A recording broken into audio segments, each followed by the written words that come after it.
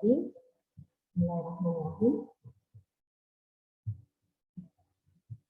Perkenalkan, nama saya Yanolanda Sugantri Hayani, nomor induk pegawai 19812019132013. Saya berasal dari program studi teknik elektro Fakultas Teknik Universitas Bengkulu. Oh ya, sorry, ini adik-adiknya nggak ngisi.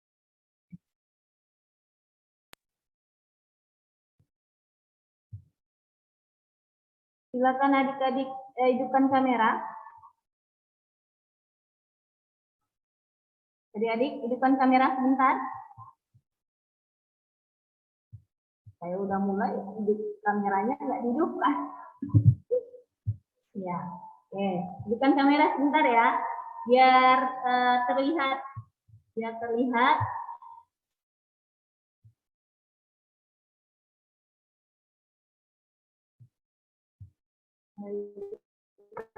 kamera sebentar. Udah ya. Maaf Bu, ini saya pakai kuota unlimited, jadi kalau buka kamera zoomnya terhenti Bu. Kayak nggak bisa diakses gitu. Oh gitu. Oke. Tidak apa-apa, sebentar saja ya. Ya. Kita mulai. Bismillahirrahmanirrahim. Assalamualaikum warahmatullahi wabarakatuh. Saya perkenalkan, nama saya Yanolanda Sugantri Hayani, nomor induk pegawai 1987201913032013. Saya berasal dari program studi teknik elektro Fakultas Teknik Universitas Bengkulu. Pada kesempatan hari ini, saya adalah peserta dari pelatihan peningkatan keterampilan dasar teknik instruksional pekerti gelombang 3 Universitas Bengkulu pada tanggal 1 sampai dengan 8 Oktober 2021. Izinkan saya hari ini memaparkan materi tentang mata kuliah pengukuran besaran elektrik. Terima kasih, saya akan share screen.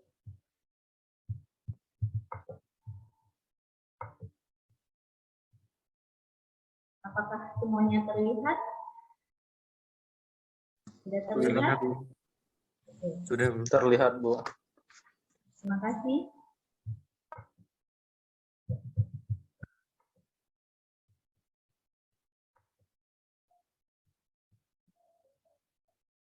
Saya merupakan dosen pengampu dari program studi teknik elektro, yaitu mengampu mata kuliah pengukuran besaran elektrik. Mata kuliah ini dengan kode TEE 113. Sebelum memulai perkuliahan, hendaklah adik-adik mengetahui kontrak kuliah yang akan diberikan dari dosen pengampu, yaitu saya sendiri. Setelah itu, baru kita masuk ke materi pertama, lalu penugasan pertama. Oke, agar perkuliahan ini lancar, marilah kita mengucapkan lafaz Bismillahirrahmanirrahim. Bismillahirrahmanirrahim. Pertama yaitu kontrak kuliah.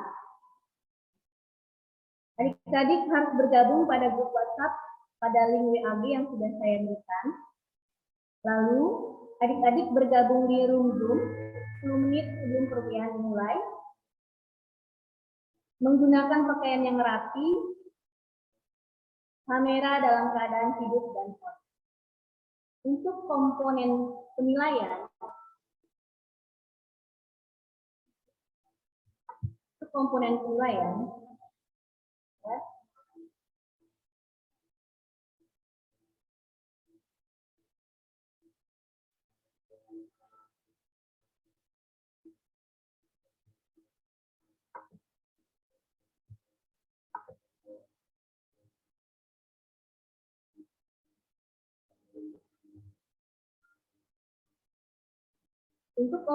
penilaian, yang pertama adalah absensi 10%, penugasan 20%, kuis 30%, dan UTS dan UAS 50%. Capaian mata kuliah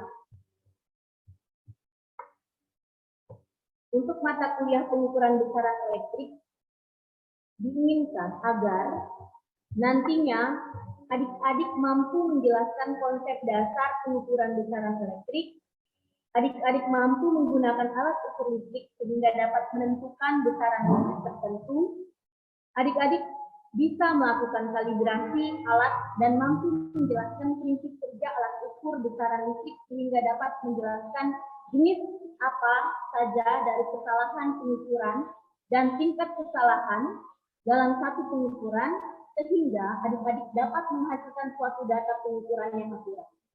Data ini bisa digunakan pada saat kerja praktek dan skripsi. Lalu, bahan kajian selama 1 semester ini akan kita bahas tentang konsep dasar besaran elektrik, penggunaan alat ukur listrik dengan benar untuk mengukur besaran listrik tertentu, kalibrasi alat ukur, prinsip kerja alat ukur besaran listrik, jenis kesalahan dalam melakukan pengukuran, menghitung tingkat kesalahan dalam satu pengukuran, dan menghasilkan data pengukuran yang akurat. Pustaka yang adik-adik bisa cari untuk menunjang dari perkuliahan ini adalah yang pertama dari Anggoro, Bambang, tahun 1987, yaitu dengan judul buku Alat-alat ukur listrik, ada pengukuran listrik, instrumentasi elektronika, dan teknik pengukuran, lalu ada pengukuran dan alat ukur listrik, serta pengukuran dan alat-alat ukur listrik oleh Sati dan Misinya. Lalu, pustaka untuk pembantu adalah adik-adik bisa mendownload jurnal-jurnal internasional dan jurnal-jurnal nasional. Oke, kita masuk ke materi pertemuan pertama. Jadi sebelum adik-adik harus tahu tentang konsep dasar pengukuran listrik, adik-adik harus tahu pengertian. Apa pengertian besaran listrik? Nah, besaran listrik ini merupakan pengetahuan dasar yang penting untuk dipahami dalam mempelajari bidang listrikan atau elektronika. Hal ini dapat membantu dalam menghitung, menganalisis, dan merancang sebuah rangkaian listrik. Dengan menggunakan besaran listrik, adik-adik dapat mengetahui besar nilai pengukuran arus, tegangan, daya listrik, besar hambatan, dan sebagainya. Jadi di sini adik-adik lebih ditekankan untuk mengetahui apa lambang dari besaran listrik seperti arus. Satuannya ampere. Jangan terbalik antara ampere dan volt atau watt, volt dan ampere.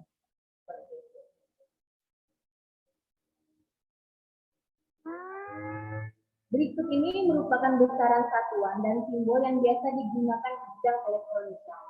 Sebagai mahasiswa teknik elektro, adik-adik harus wajib hafal besaran, satuan, dan simbol. Nah, di sini ada besaran tegangan dengan satuan volt, lambangnya V. Ada besaran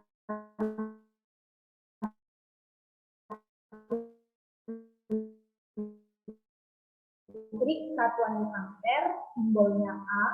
Besaran hambatan atau konduktansi, satuannya Siemens.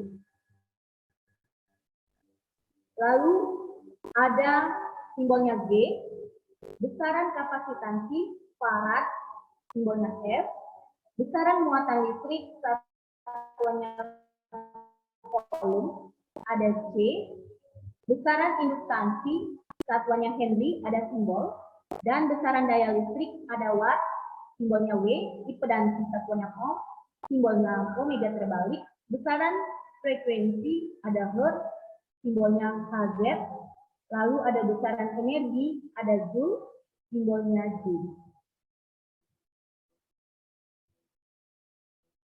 Nah, setelah kita mengetahui pengertian besaran elektrik itu apa, maka kita masuk ke pengertian dari pengukuran. Kenapa kita harus tahu arti penting dari pengukuran?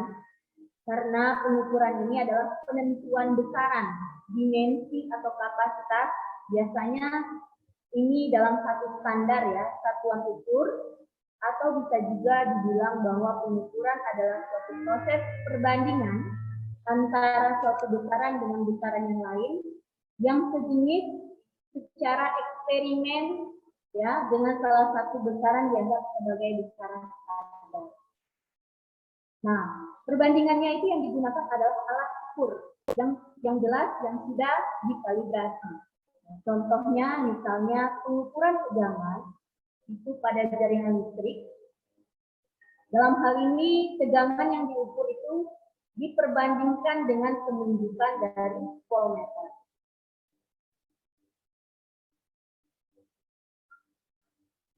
Pengukuran sendiri itu dalam ilmu elektro dapat dibedakan menjadi dua adik-adik. Yang pertama pengukuran besaran listrik, misalnya seperti arus, satuannya ampere, tegangan itu volt, hambatan ohm, dan daya adalah watt. Yang kedua pengukuran besaran non-listrik. Nah, non-listrik ini ada suhu, kuat cahaya, tekanan, waktu, dan kecepatan.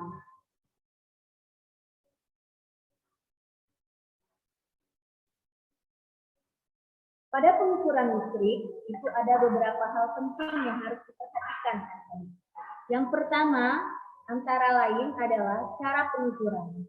Cara pengukuran ini dimaksud adalah adik-adik harus memastikan bahwa indikator yang adik-adik pilih itu sudah benar. Yang kedua, alat ukur yang dipakai.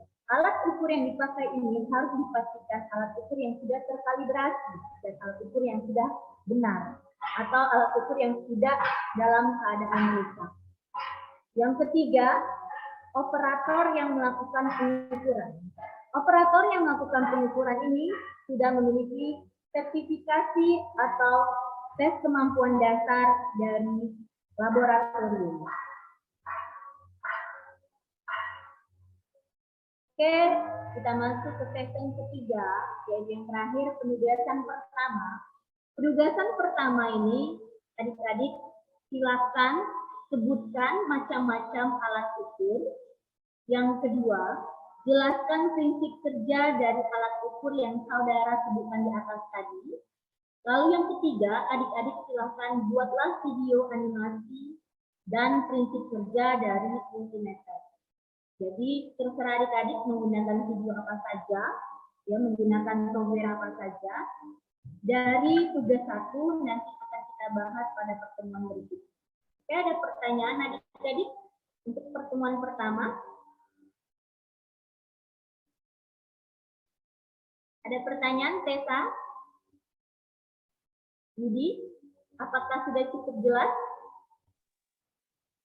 Untuk pengumpulannya itu bagaimana, Bu? Oh iya.